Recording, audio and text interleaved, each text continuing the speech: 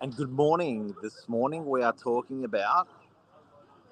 We're talking about just all things about this week. That's what we're going to talk about. It's Friday Frenzy. This is the time when we just talk about stuff that's happened throughout the week. Mark usually talks about how amazing it is to work alongside his wife. Yeah.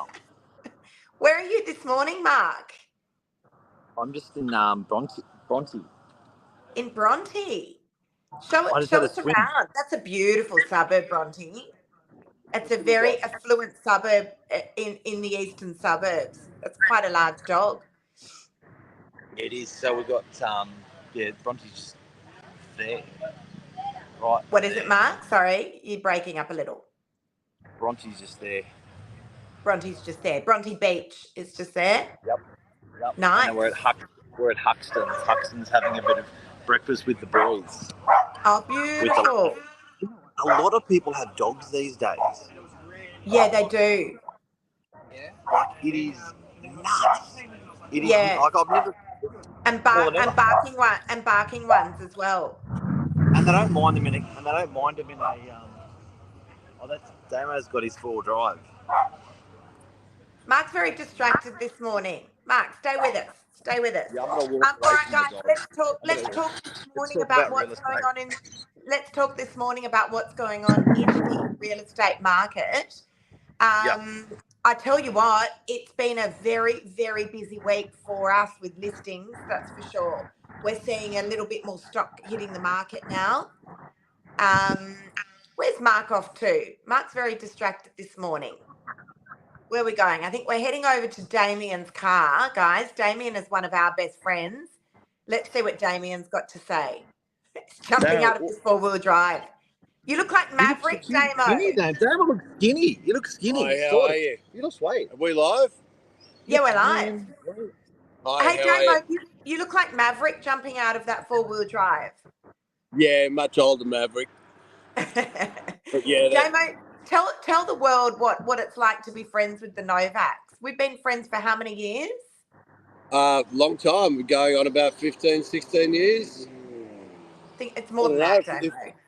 If you like, if you like wonderful motivation and, a new way to live, where sky's the limits, then I think it's a wonderful association. And it's also based on generosity. Shit, we didn't tell you this. Oh, you're the best. We have been friends for a very, very long time. And these boys, so there's Damien, who's to the left of Mark. There's Mark, and then there's another culprit, Ed, have been doing breakfast for, 15 years, I reckon, mostly on Friday mornings. But Damien keeps letting the team down, I hear. Well, we were meant to meet at 7, so I don't know what you're talking about, Lex. Are you on Eastern Suburbs time? He turns up 50 minutes later in this thing. What is that? Show us around, guys. What is that car? Oh, that's a vintage 1980 model FJ40 Land Cruiser.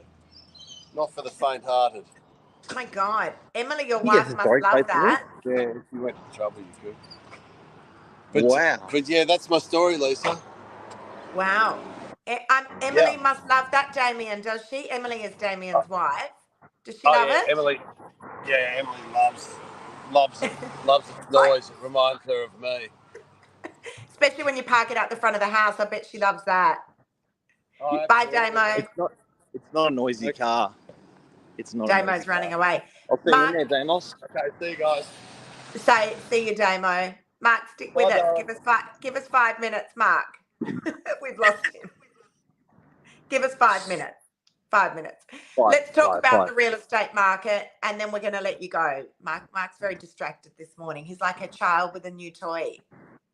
It is the week in summary is deals are getting done much more freely than they have been in the last 2 months, because buyers are out there paying more for properties than what they have been in the last couple of months.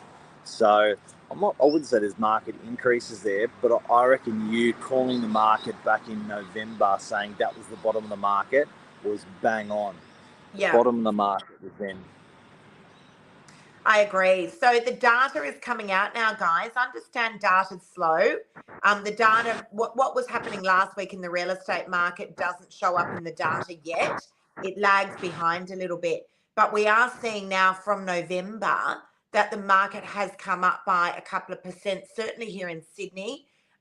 Sydney is a market that actually got hit a lot harder than a lot of other markets, but it's definitely rebounding a lot faster as well. Would you agree, Mark? Yeah, definitely. I think it was interesting. I was with someone yesterday from Newcastle. Newcastle had 7% capital growth for the last 12 months. So it's gone up by 7%, i.e. $1 million, 70 grand. Whereas DY is negative 20%, and i.e. $1 million is down 200 grand. So I was really surprised that, that's almost a 27%, 30% difference between those two markets.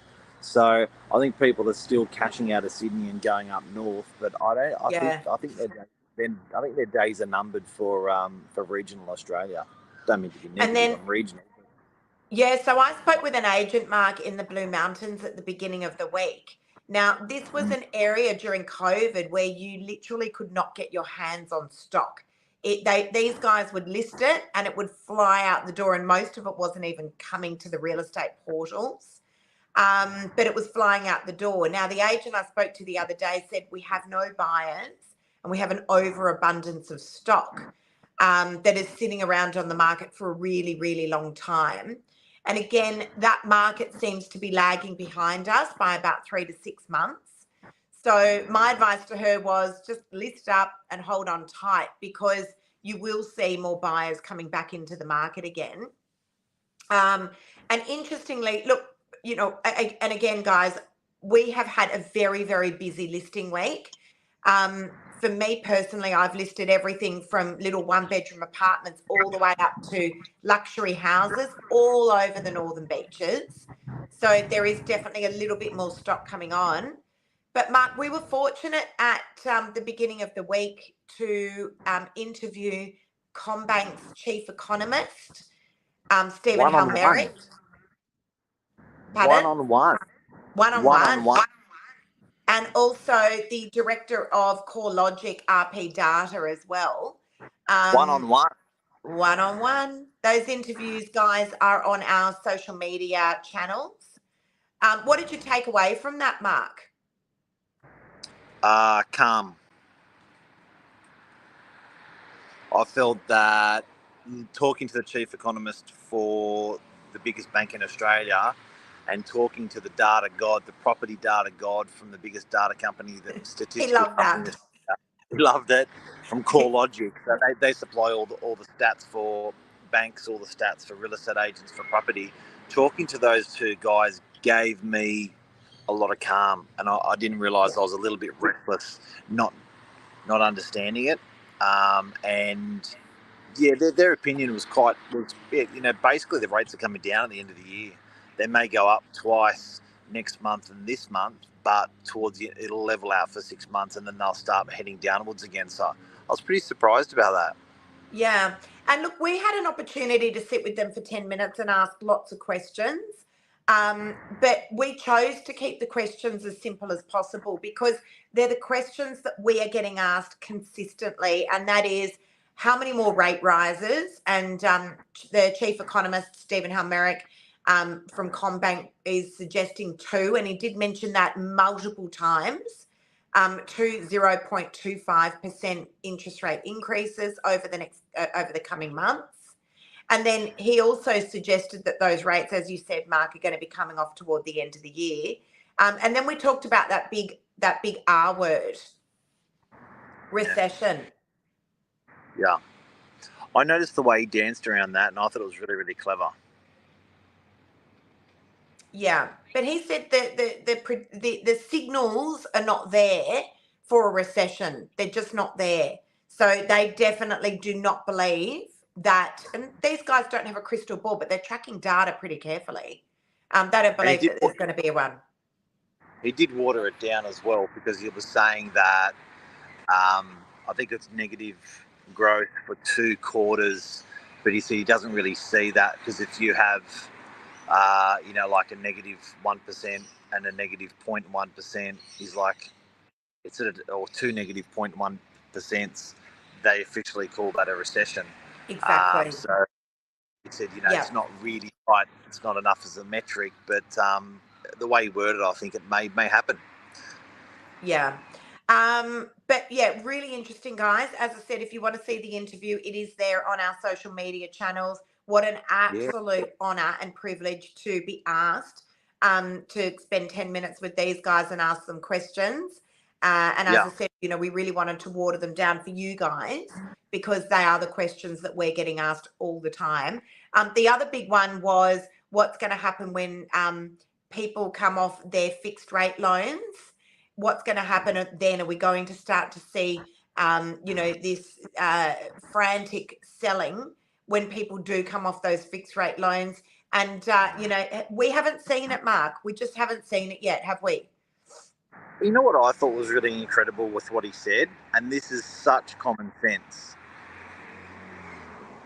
The amount of people that are defaulted loans at the moment, and this is the chief economist of the amount of people that have defaulted loans at the moment are not much at all. Like nothing, like minimal people defaulting on loans. Now here's the catch.